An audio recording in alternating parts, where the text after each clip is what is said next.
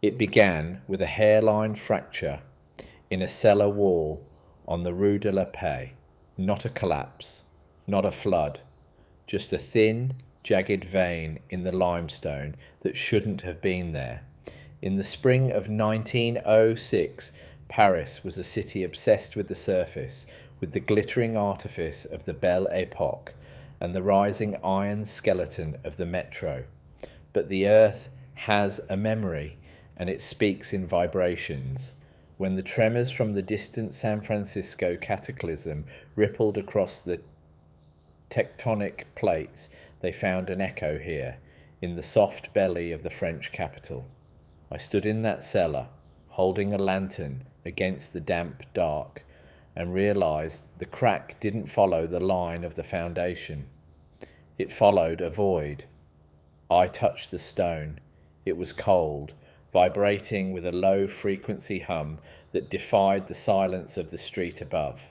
Ask yourself why the official municipal maps of 1900 show a solid limestone shelf beneath the first arrondissement. Ask yourself why the engineers of the Metropolitan Railway suddenly diverted their path by 60 metres at the Place de l'Opéra without explanation. They told the public it was unstable soil. They told the press it was a matter of cost. They lied. Beneath the city of light lies a city of iron, a secondary circulatory system that predates the very technology meant to define the 20th century. It is a network of rails that leads nowhere the public is allowed to go. The dust in these passages is different. It is heavy, metallic, smelling of ozone and ancient grease. As I moved deeper, past the sanctioned sewers and the ossified remains of the catacombs, the architecture shifted. We are taught that the subterranean world of Paris is a chaotic mess of medieval quarries and Napoleonic tunnels. We are told it is a labyrinth of necessity, but look at the low distribution of these arches. Not limestone, not brick, a high density pre-industrial cast iron that bears no foundry marks. I traced the line of a rail that emerged from a bricked up wall near the Palais Royal. It was polished, not by modern wheels, but by something else, something heavy, something frequent. What if the history of urban transit isn't a story of progress, but a story of inheritance? Consider the logistics of moving 10,000 tons of earth without a single record appearing in the prefect's ledger. Consider the silence of the labourers who must have breathed this stale air. There are no names carved into these walls, no graffiti from the 1848 revolutionaries. There is only the clinical, repetitive geometry of a system designed to be invisible. It is a ghost in the machine of the state. I found the first manifest in a forgotten locker within the archives of the Bureau des Mines. It wasn't a file, it was a ghost, a ledger bound in skin-thick vellum, misplaced behind a stack of coal surveys from the 1870s. The ink was a deep, unnatural violet. It didn't list passengers, it listed weight. Tonnages of unrefined ore moved from the city centre to the outskirts under the cover of the 1889 Exposition Universelle. But Paris has no ore. Paris is a basin of clay and stone. So what was being extracted? Or, more importantly, what was being delivered? The dates align perfectly with the Great Exhibition, a period of immense noise and distraction. While the world looked at the Eiffel Tower, the ground beneath their feet was being hollowed out, not for sewage, not for gas, for a logistics network that operated on a logic of absolute secrecy. This is institutional gatekeeping at its most profound. The erasure isn't just in the maps, it's in the very way we are taught to perceive the city. We see the street, we see the shop front, we do not see the hollow space where the truth resides. The further I descended, the more the scale began to unsettle me. In a chamber beneath the Gare du Nord, I found a switching station that should not exist. The technology was anachronistic. Pneumatic tubes the size of a man's torso, interconnected with brass, fittings that glowed with a dull, internal warmth. There were no steam engines here, no coal soot, only the lingering scent of something sharp and chemical.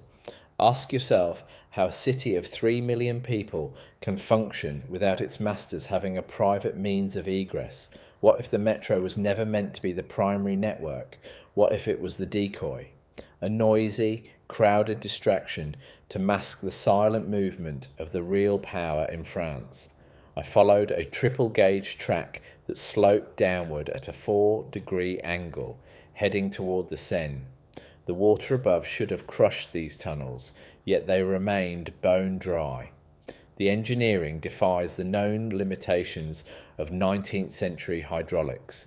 It suggests a mastery of pressure and sealant that the official record claims wasn't developed until the mid-1950s. Someone was building the future a century before it was due. There is a specific type of silence found in places where the light has never touched. It is a heavy, tactile thing. As I reached the lower levels beneath the Quai d'Orsay, the walls changed again. They were lined with lead, sheets of it, hammered thin and riveted into the stone. Lead shields against many things. It shields against moisture. It shields against sound. It shields against radiation. Why would a train network in 1906 require lead-lined tunnels? The official narrative of the era is one of Victorian optimism, of the triumph of steam and the glory of the Republic. This is not that. This is the architecture of fear. This is the structural manifestation of a secret so volatile it had to be buried beneath 300 feet of earth and a layer of heavy metal. I found a telegraph key in a small alcove. It wasn't connected to any line on the surface. It was part of a closed circuit, a private conversation between the deep dark and the halls of power. Not a message for us, not a message for the people, a message for the shadow. Institutional erasure is never an accident. It is a managed process of forgetting. To remove a train network from the consciousness of a city, you do not simply brick up the entrances. You rewrite the blueprints. You replace the engineers. You ensure that anyone who accidentally stumbles into the void is labelled a madman or a dreamer. I spoke to a retired sewer worker, a man who had spent 40 years in the guts of the city. He wouldn't look me in the eye. He spoke of the humming rooms and the grey trains that moved without lights in the hours before dawn. He told me that his father, also a worker, had seen the same thing in the 1890s. When I asked him where the tunnels went, he simply pointed down, not down into the earth, but down into the past. He believed the tunnels were already there when the Romans arrived. He believed the city was built on top of a machine it didn't understand. What if we are not the architects of our civilization? What if we are merely the tenants of a structure we found? The patterns are global, but the heart is here. London, the post office railway.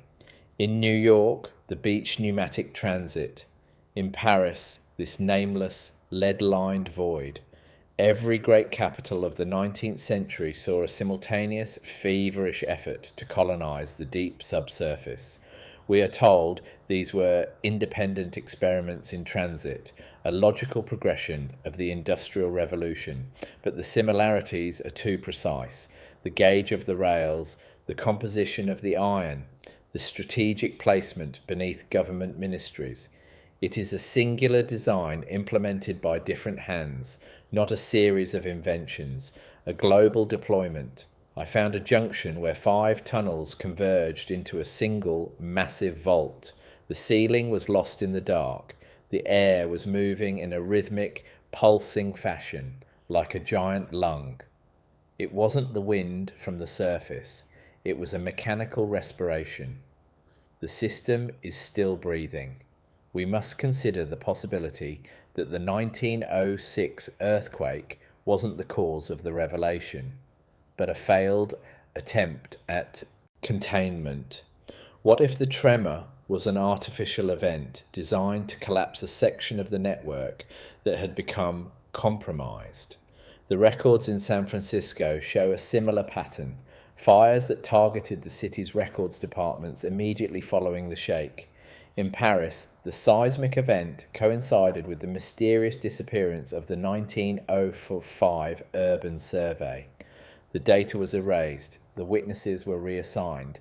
The crack in the cellar wall on the Rue de la Paix was a mistake, a leak in the narrative. I found a piece of debris in that vault, a porcelain insulator stamped with a symbol that predates the French state. It was a wheel with 13 spokes. It is a symbol found in the foundations of the Temple of Solomon and the basement of the Vatican. It is the mark of the builders who do not wish to be known. The deeper I go, the more I realize that the city above is a theatrical set. The grand boulevards of Haussmann were not designed for beauty or for crowd control. They were designed for weight. The massive stone buildings act as anchors, pinning down the network beneath them, preventing the earth from shifting and revealing the hollows. The urban exploration narrative usually ends with a discovery, a lost room, a gold coin. This ends with a realization of scale. The network doesn't just serve the city serves the network. The people walking to the opera, the clerks in the ministries, the tourists at the tower, they are the topsoil. They are the decorative layer of a much older, much more purposeful machine. I found a map etched into a brass plate near the terminal of the hidden line. It showed Paris, but the Seine was drawn differently. It was drawn as a source of power, a cooling agent for something situated directly beneath the Notre Dame. Ask yourself why the bells of the cathedral ring at times when no mass is scheduled. Ask yourself why the vibration in the floor of the crypt doesn't match the traffic outside. What if the secret isn't a train?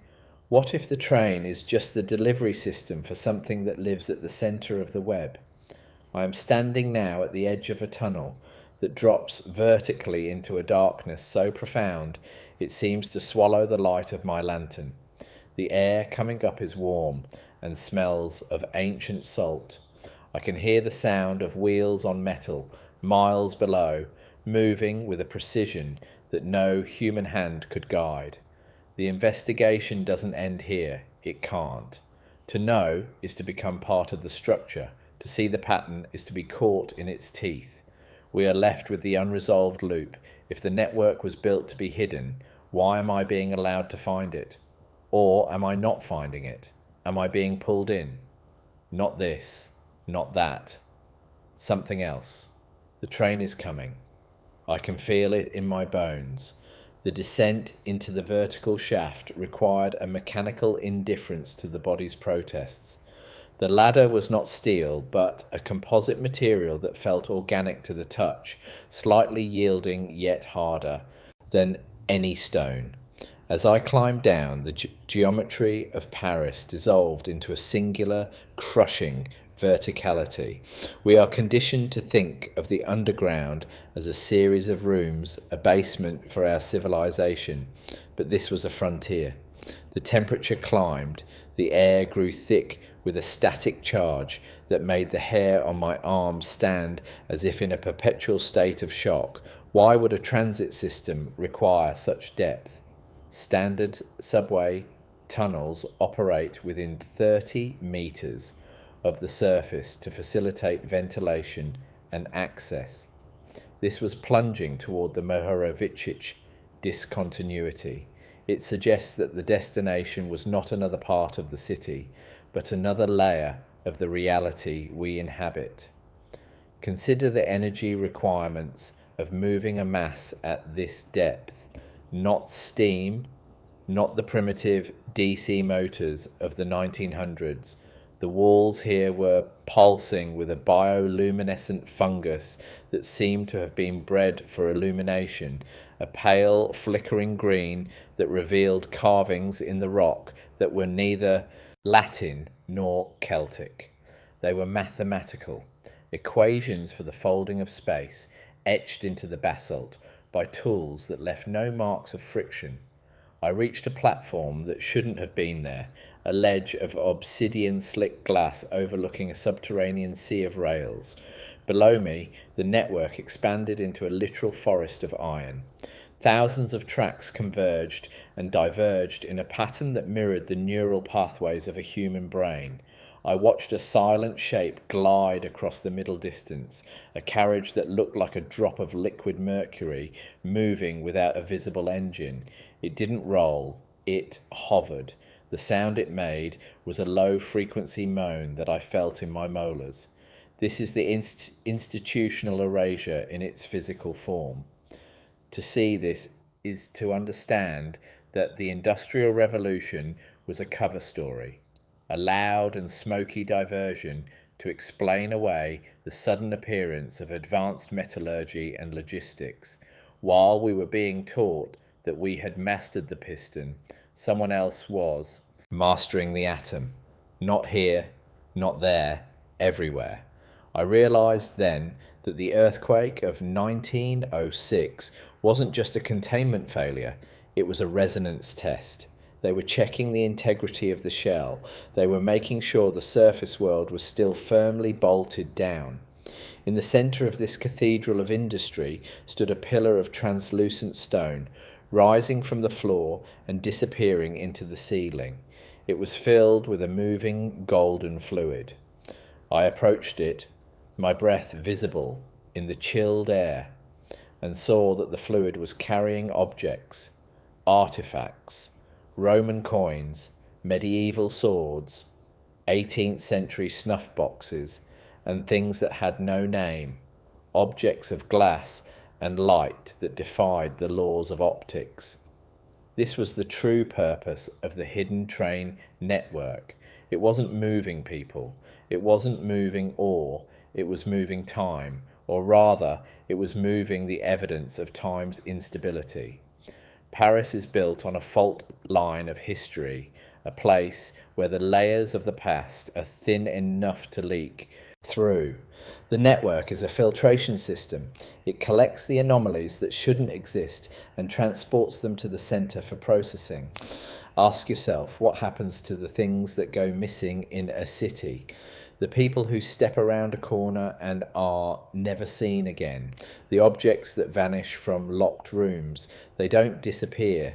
They are harvested. They are taken to the deep rail. I found a control booth that was empty, but for a single discarded glove. It was made for a hand with 6 fingers. I touched the consoles, which were made of a substance that felt like warm bone. The readouts were not in French. They were not in any language used by the nations of the 1900s. They were icons of celestial events, eclipses, planetary alignments, the death of stars. What if the schedule of the hidden trains is not dictated by the needs of the city, but by the movement of the cosmos? What if the 1906 quake was a synchronization event? The bureaucratic silence regarding the subterranean world begins to make sense when you realize that the governors of our world are not the masters of this system, but its janitors. They are paid in stability to keep the secret. They are the gatekeepers who ensure the public never looks too closely at the cracks in the basement. I saw a logbook on the desk, its pages moving in a phantom wind. It recorded arrivals from cities that do not exist: Agartha, Shambhala, New Troy. The destinations were not places on a map, but coordinates in a different dimension. The deeper I explored, the more I encountered the remnants of the workers. Not humans, not machines, something in between. I found a dormitory of sorts, a series of alcoves carved into the lead-lined walls. There were no beds, only induction plates, The air here was saturated with the smell of ozone and burnt sugar. I found a uniform, a heavy, seamless suit of metallic mesh that looked like it could withstand the pressure of the deep ocean. On the breast was the 13-spoked wheel. I put my hand inside the sleeve and felt a lingering warmth. Someone had been here minutes before me. The system is not abandoned. It is not a ruin. It is a functioning, breathing organism that operates beneath the skin of the world. The urban exploration narrative suggests we are looking at the past, but here, the past is the future. Every innovation we think we've invented, fiber optics, magnetic levitation, wireless power, is already here, polished and perfect, running on a loop for 1,000 years. We are living in a museum of our own future, and we are the only ones who don't have a ticket. There is a chamber beneath the Louvre that acts as a central hub. Here, the tracks don't just run horizontally, they spiral. I stood on a catwalk and looked down into a vortex of movement. The carriages were moving so fast they were nothing but streaks of silver light. The sound was like a choir of glass. I realized then that the entire city of Paris is a radiator. The heat generated by this subterranean friction is what warms the streets, what drives the humidity of the Seine, what gives the city its specific, feverish energy. It is a thermodynamic exchange. We provide the surface stability, the psychological camouflage of a normal life, and in exchange, the machine provides the climate and the foundation. But the 1906 earthquake proved that the exchange is failing. The heat is becoming too much. The pressure is building. The cracks aren't just in the walls of the Rue de la Paix, they are in the sky. The institutional erasure is reaching its limit. You can only hide a sun for so long before the shadow disappears. I found a communications room where the walls were covered in mirrors, but they didn't reflect me. They reflected a different version of the room, one where the walls were made of wood and the lights were gas. In the mirror, a man in a frock coat was looking back at me. He was holding a similar lantern. He looked terrified. He reached out to touch the glass, and I felt a jolt of electricity that nearly threw me off the catwalk. We are not just separated by space, we are separated by the frequency of the network. The train is a bridge between these states. It is a vessel that carries the passenger through the membrane of the present. Ask yourself why every major civilization has a myth of a descent into the underworld. What if they weren't myths? What if they were travelogues? What if the hell of the ancients was simply the lower maintenance levels of the global transit system? I followed a service tunnel that led toward the Ile de la Cité. The air grew damp again, but it wasn't the water of the Seine.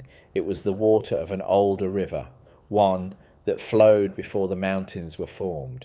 The stone here was primeval, etched with the fossilized remains of creatures that had no business existing in the Phanerozoic eon. The rails here were not iron, but bone, a calcified, reinforced structure that seemed to grow out of the earth itself. The system is organic. It is a part of the planet's biology. The trains are the blood cells. The passengers are the genetic information. We are the parasites living on the epidermis, unaware of the vast, complex metabolism taking place centimeters below our feet. The 1906 earthquake was a fever. The planet was trying to shake us off, to clear the pores of its mechanical skin. I found a door marked with the seal of the French Republic, but behind it was only a void of stars. The erasure trope suggests that there is a them hiding the truth from us. But what if there is no them? What if the system hides itself through its own complexity? What if the engineers who built it are the same people who are currently forgetting it? I found a ledger that listed the names of the architects of the Paris Metro. Next to each name was a date of death that predated their birth. They were ghosts hired to build a ghost. The logic of the deep rail is non-linear. It is a closed loop of cause and effect, where the result creates the origin.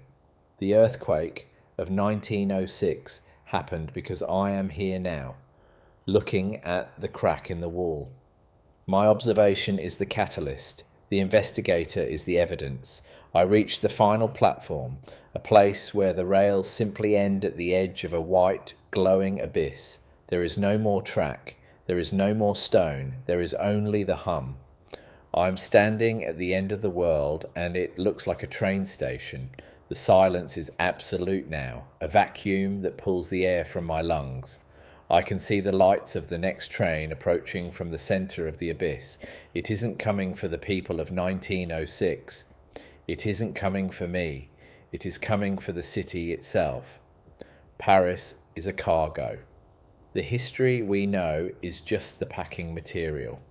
The unresolved loop remains. If I am the one uncovering this, then who is the one writing the history I am debunking? Am I the investigator, or am I the erasure? The carriage slows to a stop. The door doesn't open. It dissolves. I see the man from the mirror standing inside. He isn't a ghost. He is me, 60 years from now, or 100 years ago. He doesn't speak. He just points to the seat next to him. Not a beginning, not an end. Something else. The vibration has stopped. The earthquake is over. The silence is the only thing left. The transition from the solid world to the fluid reality of the abyss required a reordering of the senses. As I stepped toward the shimmering threshold of the carriage, the architecture of the station began to vibrate at a frequency that turned the lead-lined walls into a haze of grey smoke. We are taught that matter is immutable, a permanent fixture of our physical landscape, but here, beneath the heavy weight of the Parisian bedrock, matter is merely a suggestion. Ask yourself why the 1906 report from the Académie des Sciences noted that during the tremors, certain objects in the first arrondissement appeared to lose their shadow. It wasn't an optical illusion. It was a phase shift. The carriage I entered did not have seats in the traditional sense. It had cradles of light that conformed to the geometry of the occupant. I sat, and the man from the mirror, the elder version of my own seeking, merged with the air around me. He was not a passenger. He was a memory being replayed in real time. This is the ultimate institutional gatekeeping. They do not just hide the files, they hide the very timeline of the observer. If you can be removed from the sequence of now, you can be erased from the history of forever. The train began to move, yet there was no sensation of acceleration. Instead, the world outside the transparent hull simply folded. The tunnels of Paris, the basalt pillars, the bioluminescent forests, they didn't move past me. They collapsed into a single point of light and then vanished. We believe in the tyranny of distance, in the necessity of the mile and the kilometre. But the hidden network operates on the principle of the fold. Not here, not there, together. I watched as the map of the world was redrawn in the darkness of the void. I saw the subterranean arteries of London, Cairo, and Beijing pulsing in synchronized harmony. They are not separate systems.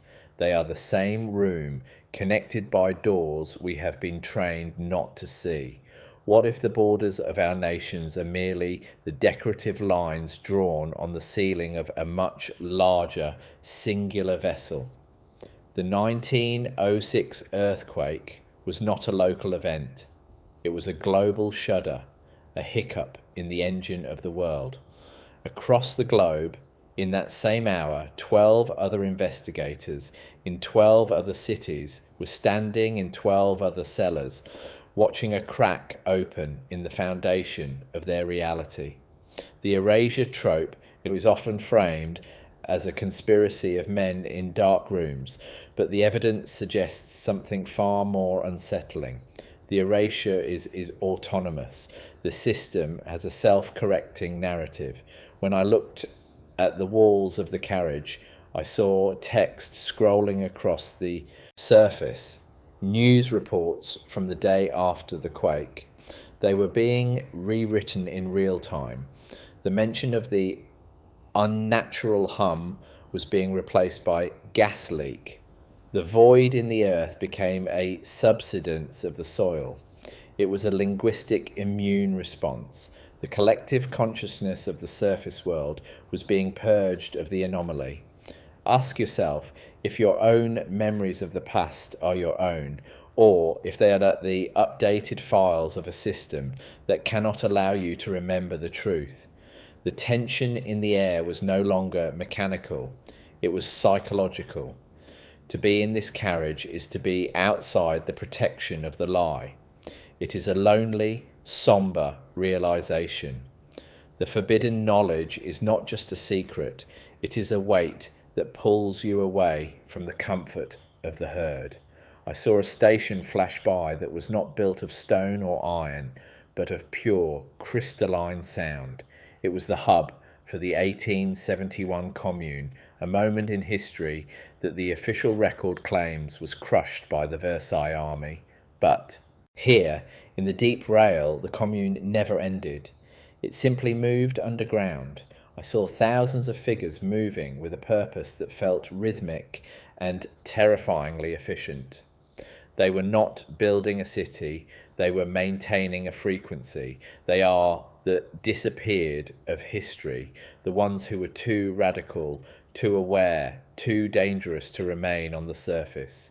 They have been recycled into the maintenance crew of the reality machine. This is the dark side of the urban exploration narrative. The explorers who go too far do not return with stories. They become part of the infrastructure. They are the load distribution for the weight of our ignorance. I felt a sudden, sharp empathy for the man in the mirror. He wasn't guiding me, he was warning me. To investigate is to volunteer for the void. The train slowed as it approached a massive, vaulted structure that mirrored the Pantheon, but on a scale that would swallow the entirety of the Latin Quarter. This was the central registry of erasure. Here, the rails did not end. They looped back into themselves in a terrifying infinity symbol. I stepped out onto a platform of cold, white marble. The air was perfectly still, perfectly sterile.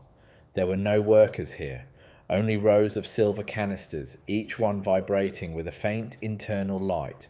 I realized with a jolt of horror that these were not archives of paper, they were archives of souls.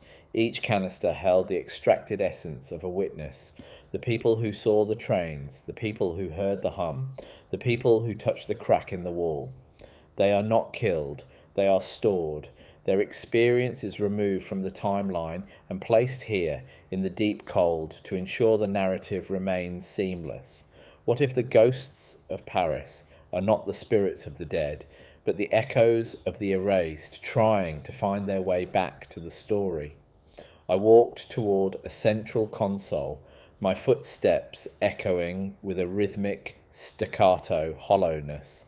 The language on the screens was finally legible. It was mine, my own handwriting, dated tomorrow. It was a script for a documentary about a hidden train network beneath Paris. I was reading my own investigation before I had even finished thinking it. The loop was closing.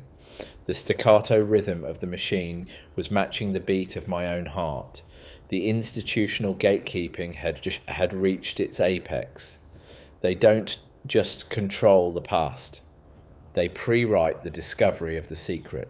I was not an investigator uncovering a mystery. I was a character performing a role in a play designed to test the integrity of the containment. My skepticism, my inquisitiveness, my somber tone, it was all part of the script. Not this, not that, something else. I was the very tool being used to measure the leak in the cellar wall. Ask yourself, what happens to a shadow when the light is turned off? It doesn't go anywhere. It simply ceases to be a shadow and becomes part of the dark. I stood in the registry and realized that the 1906 earthquake was not a failure of the system, but a recruitment drive. The system needed new observers, new investigators to process the ever-increasing load of anomalies. The world is becoming more complex, more unstable, and the deep rail requires more memory to keep it running. I was not being pulled in to be silenced. I was being pulled in to work, to watch, to record, to be the one who ensures the next investigator has a trail to follow, a trail that leads exactly where the machine wants them to go. The mystery is the bait. The truth is the trap. The vault began to dissolve, the marble turning back into the damp limestone of the Rue de la Paix. I was back in the cellar. The crack was still there, but it was smaller now, a mere scratch in the stone. My lantern was flickering, the oil almost gone. I looked at my hands. They were covered in the metallic dust of the deep rail, but as I watched, the dust faded, turning into ordinary soot. The erasure was already working on me. I tried to remember the face of the man in the mirror, but it was slipping away, replaced by a generic sense of dread. The tension remained, but the context was vanishing. What if the most terrifying thing about the hidden network isn't that it exists, but that it allows itself to be forgotten? I am writing this now, while the ozone still stings my nostrils, but I can feel the skepticism of my own mind rising like a tide. The unresolved philosophical open loop is this: if the system is perfect, why do the cracks appear at all? Is it a flaw in the design, or is the flaw the point? Perhaps the machine needs the leak. Perhaps the secret needs to be almost found in order to remain powerful. A secret that no one suspects has no energy. A secret that everyone is looking for is a sun. I stand in the dark of 1906, listening to the city of Paris wake up above me. The carriages are rattling over the cobblestones. The bakers are lighting their ovens. The world is returning to its scheduled programming. But I know that beneath the bread and the stone, the silver carriages are moving in the dark. They are carrying the weight of everything we refuse to know. They are the heartbeat of the lie. I will leave this cellar now. I will walk into the light of the Belle Epoque, and I will pretend that the ground is solid. I will look at the new metro stations, and I will smile at the progress of man. But every time the floor vibrates, every time a bell rings out of sequence, I will know. And you will know too. Ask yourself why you are reading this. Ask yourself why you feel that cold prickle on the back of your neck. What if this script is not a story? What if it is a frequency? What if by reading these words you have just stepped onto the platform? The train is not coming. The train is already here. You are sitting in it. The doors have already dissolved. Not a beginning. Not an end. Something else. The vibration is starting again. Can you feel it? The dampness of the cellar wall was no longer just a physical sensation. It was a rhythmic pulse, a staccato heartbeat that seemed to synchronize with the ticking of my own pocket watch. I reached out to touch the crack again, but my hand met only a cold, impenetrable density. The stone had healed, not through a natural process of sedimentation, but through a calculated reassertion of the material world. This is the hallmark of the erasure trope. The evidence does not just vanish, it retroactively ceases to have ever existed. I looked at the floor, where I had seen the metallic dust, the residue of the deep rail, but there was only the common silt of a Parisian basement. Ask yourself how a mind can hold two conflicting realities simultaneously. One where the abyss opened and the silver carriages hummed, and another where a man stands alone in the dark, clutching a dying lantern. This is the psychological load distribution of the secret. We are built to collapse under the weight of the impossible, and in that collapse, the system finds its stability. The institutional gatekeeping is not merely in the archives of the Bureau des Mines, it is in the very synapses of the human brain. We are the architects of our own blindness. I climbed the stairs back to the surface, emerging into the grey light of a Parisian morning in 1906. The city felt different. The grand boulevards of Haussmann, once symbols of imperial vanity, now looked like the armoured plating of a massive subterranean hull. The pedestrians moved with a frantic, oblivious energy, scurrying over the surface of a machine they could never hope to comprehend. I walked toward the Seine, my mind racing through the patterns of the global network. If Paris is a hub and London is a node, then what is the purpose of the whole? We are taught to view history as a series of disconnected events, a chaotic tumble of wars and inventions. But what if history is a choreographed sequence of maintenance cycles? The 1906 earthquake in San Francisco, the tremors in Valparaiso, the subsidence in the heart of France. These were not natural disasters. They were the sound of the gears shifting. They were the moments when the master clock was reset. Consider the technical terms of this reality. We are not citizens. We are the friction. We are the heat generated by the movement of a much larger, colder purpose. I found myself standing before the construction site of a new metro station near the Place de la Concorde. The workers were sweating, driving iron stakes into the earth with a rhythmic violence that seemed to mock the silence I had discovered below. I watched an engineer unroll a blueprint, a clean, white sheet of paper that showed a logical, shallow network of tunnels. It was a lie, a beautiful, functional, institutional lie. I wanted to scream at him, to tell him that he was merely scratching the skin of a titan. But I saw the look in his eyes, a flat, vacant certainty that is the product of a lifetime of gatekeeping. He believed in the limestone. He believed in the steam engine. He believed in the year 1906.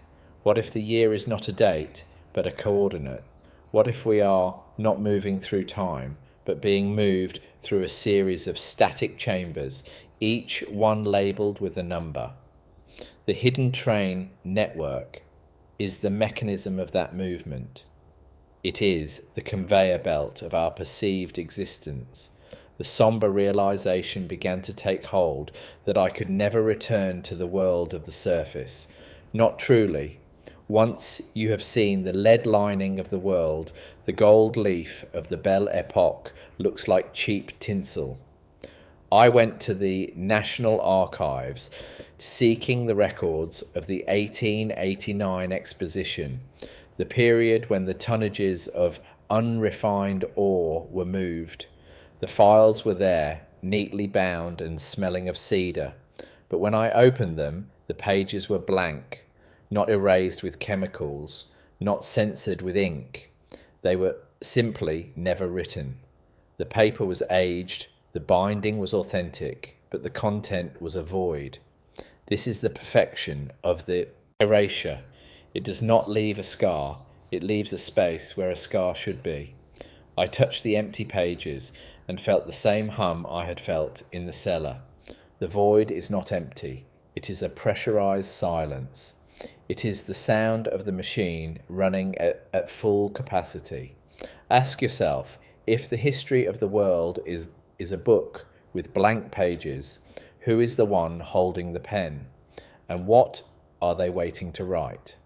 I began to track the movement of the six-fingered workers, the shadow engineers of the deep rail. I followed the breadcrumbs of their presence through the margins of 19th century medical journals and reports of industrial accidents that defied the laws of physics.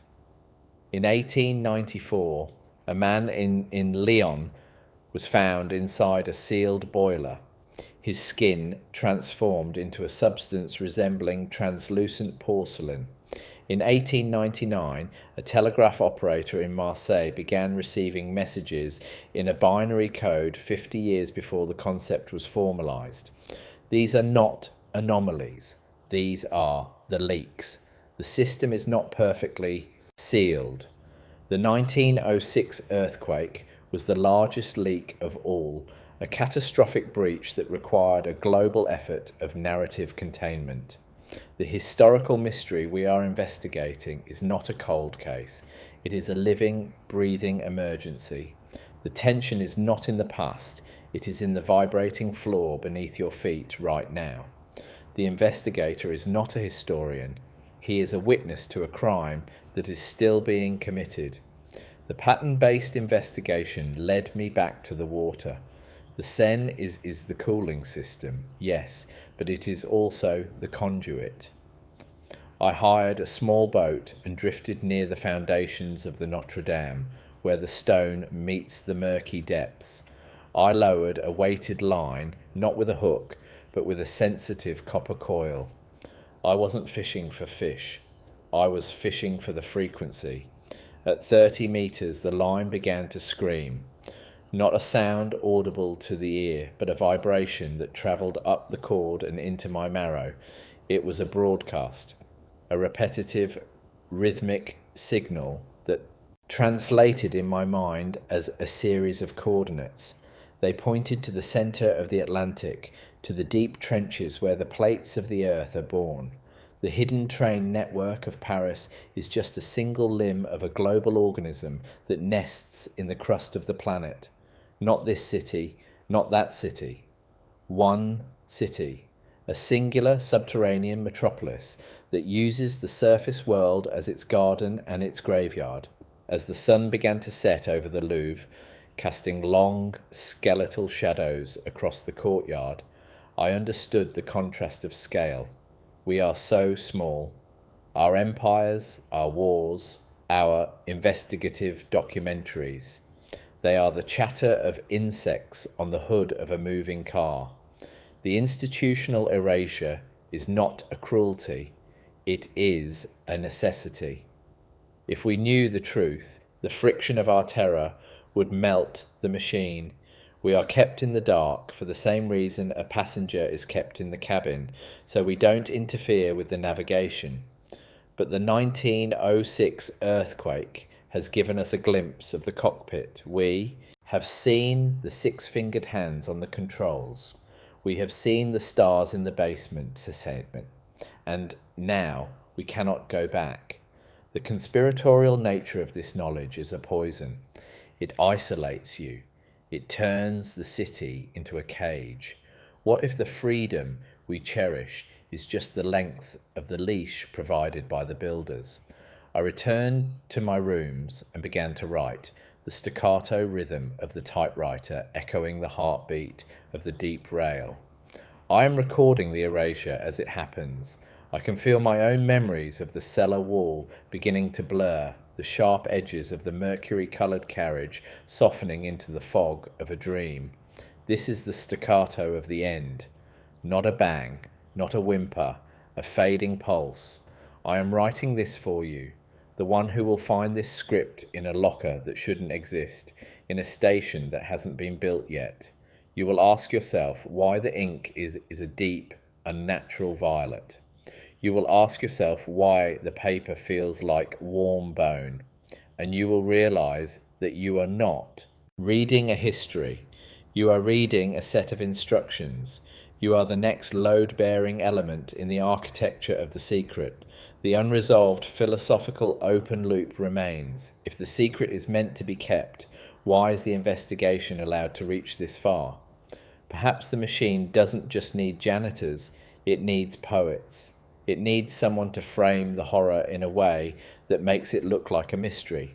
It needs a narrative to coat the iron, to make the cold reality of the deep rail palatable to the human soul. I am not a rebel. I am a decorator. I am painting the walls of our prison with the colours of a historical mystery. Not this truth, not that truth, something else. The train is pulling into the station. The floor is vibrating. The tea in my cup is forming a pattern of 13 concentric circles. The 1906 earthquake is finally reaching my front door. It is time to stop writing and start listening. The silence is about to speak. The light in the room is changing, shifting. From the warm yellow of the lamp to that pale, flickering green I saw in the depths. The walls are not stone anymore. They are becoming translucent, revealing the lead-lined void that has always been there, just behind the wallpaper. I can see the tracks now, cutting through my floor, stretching out toward the horizon of the abyss. The carriage is waiting. It is made of silver and silence, and it has no shadow. I will step inside. I will take my seat in the cradle of light. I will become a coordinate in the registry of the erased. And you? You will continue to walk the streets of Paris. You will look at the cracks in the walls, and you will tell yourself they are just cracks. You will hear the hum, and you will call it the wind. You will stay on the surface until the next tremor, until the next revelation, until the next time the earth decides to breathe.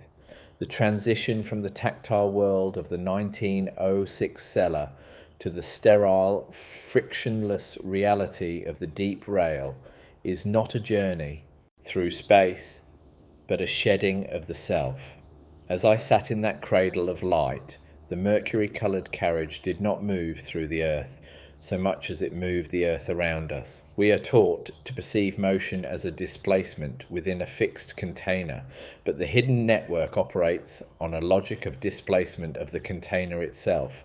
The walls of the tunnel, if they could still be called walls, became a blur of chronological interference.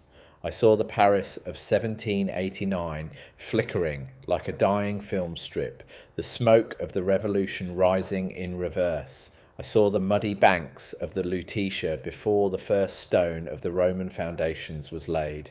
This is the pseudo-academic reality of the fold.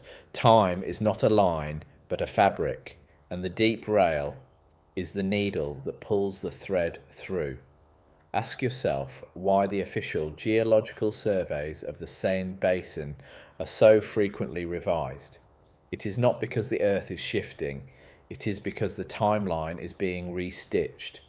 Each pass of the silver carriage creates a new seam, a new version of history that the institutional gatekeepers then present to us as the facts.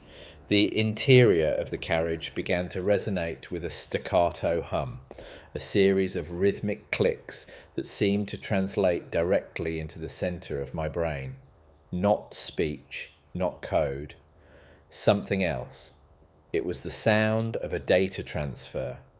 I realized then that I was being downloaded. My observations of the crack in the Rue de la Paix, my notes on the six-fingered workers, my skepticism of the 1906 seismic report, all of it was being harvested by the machine. I was not a passenger. I was a sensor. This is the core of the erasure trope. The system doesn't just hide the truth from the observer. It uses the observer to identify the leaks. By finding the crack, I had alerted the system to its own vulnerability. My investigation was the diagnostic tool the machine used to repair itself. Every step I took toward the truth was a step toward the elimination of that truth. This is the somber irony of the seeker. To find the secret is to ensure its destruction. The tension in the carriage grew as the realization settled in my chest like lead. I was the janitor I had so feared. We must look at the technical terms of this institutional erasure. Consider the concept of narrative load distribution. In a city like Paris, with its layers of blood and beauty, the collective memory can only bear so much anomaly before the structure collapses into madness. To prevent this, the hidden network serves as a psychological pressure valve. It carries away the unrefined awe of our impossible experiences.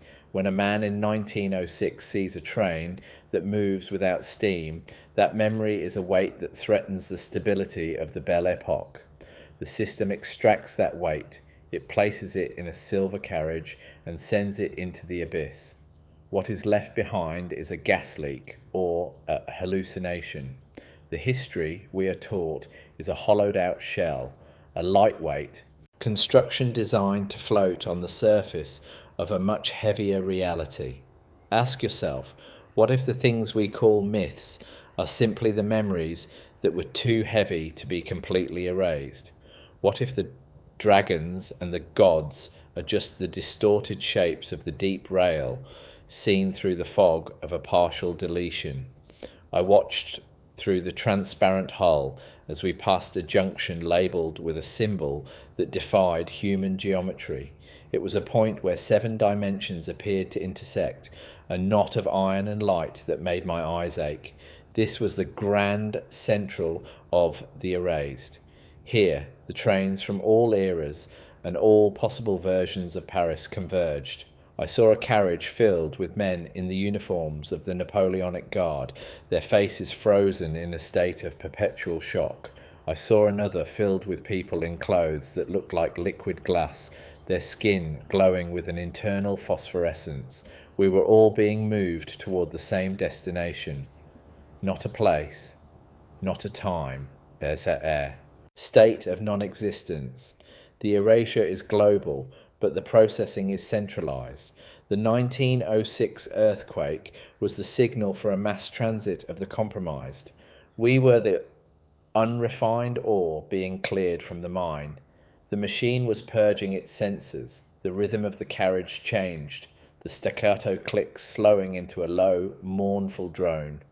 We were approaching the core. The architecture here was no longer imitation stone or lead-lined basalt. It was made of the same mercury-like substance as the train. It was a world of reflections, where every surface showed a different version of the truth. I saw myself standing in the cellar, but in the reflection, I was the one who had made the crack. I was the engineer. I was the gatekeeper. The contrast of scale became a paradox. I was the investigator and the criminal, the victim and the executioner. The system is a closed loop, and I was finally reaching the point where the ends meet. Ask yourself, if you found the person responsible for the lie and discovered it was you, would you tell the world, or would you tighten the seal? The institutional gatekeeping is not a barrier, it is a mirror. It shows us only what we are prepared to believe, and it hides the rest in the blind spot of our own vanity. I realise that the 1906 earthquake didn't reveal the hidden train network.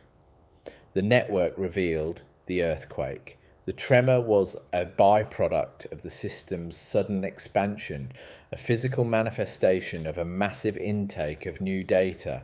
Paris was not falling apart, it was being upgraded. The new metro, the rising Eiffel Tower, the birth of the 20th century, these were the decorative flourishes on a new layer of the hull. And I was the one who had been hired to inspect the rivets, not with a hammer, not with a lens, with my mind. The inquisitive, skeptical narrator is the most effective tool for testing the strength of a lie. If I can believe the lie, anyone can. As the carriage slowed to a final silent stop, the doors did not open. The walls simply became permeable. I stepped out onto a floor that felt like walking on a cloud of iron filings. I was in a room that had no ceiling, only a view of a sky filled with multiple suns. It was the engine room of the reality machine. Here, the hidden trains were being disassembled and reassembled, their cargo of memories being fed into a massive, pulsing loom. I saw the violet ink being manufactured from the essence of forgotten summers. I saw the vellum of the ledgers being stretched from the skin of discarded futures. This is the investigative essayist's ultimate nightmare, the discovery that truth is not a thing to be found, but a thing to be manufactured. We are the raw material. Our lives are the fuel. The 1906 earthquake was just a refueling stop. I found a desk in the centre of the loom, and on it sat a typewriter that looked exactly like mine. There was a sheet of paper in the carriage, and on it were the very words I am writing now. The staccato rhythm of the loom matched the staccato of the keys. The unresolved philosophical open loop was staring me in the face. If I am writing this here, in the core of the machine, then who is reading it on the surface? Or is the surface just another floor of the carriage? Not this world, not that world, something else. The tension was gone, replaced by a sombre, crystalline clarity. I understood that the hidden train network was not a secret to be exposed, but a story to be told. The story is the containment. As long as we think of it as a mystery, we won't see it as a fact. The documentary script is the final layer of lead lining. I reached out to the typewriter and struck a key. The sound was not a click, but a tremor that shook the foundations of Paris in 1906. I struck another, and a crack appeared in a cellar wall on the Rue de la Paix. I am the cause of the investigation I am conducting. I am the source of the mystery I am trying to solve. This is the final erasure, the erasure of the distinction between the observer and the observed. We are the machine investigating itself. The global pattern is a circle. The institutional gatekeeping is our own self-preservation. Ask yourself, what if you are the one striking the keys right now? What if your reading of these words is what keeps the train moving? The silence returned, but it was a different silence. It was the silence of a finished work. I looked out at the multiple suns and saw them begin to fade, replaced by the flickering gaslight of a Parisian cellar. I felt the weight of the body returning, the dampness of the stone, the smell of ozone and old grease. I am back in the dark, and the crack is under my hand. But I am not the same man who entered this place. I am a part of the iron now. I am a spoke in the 13-spoked wheel. I will walk out of this cellar, and I will write the history of 1906. I will tell the world about the earthquake, and the metro, and the glory of the Republic. And I will keep the secret, because I have seen the alternative. Not this truth, not that truth, something else. The train has left the station. The track is clear. The silence is perfect.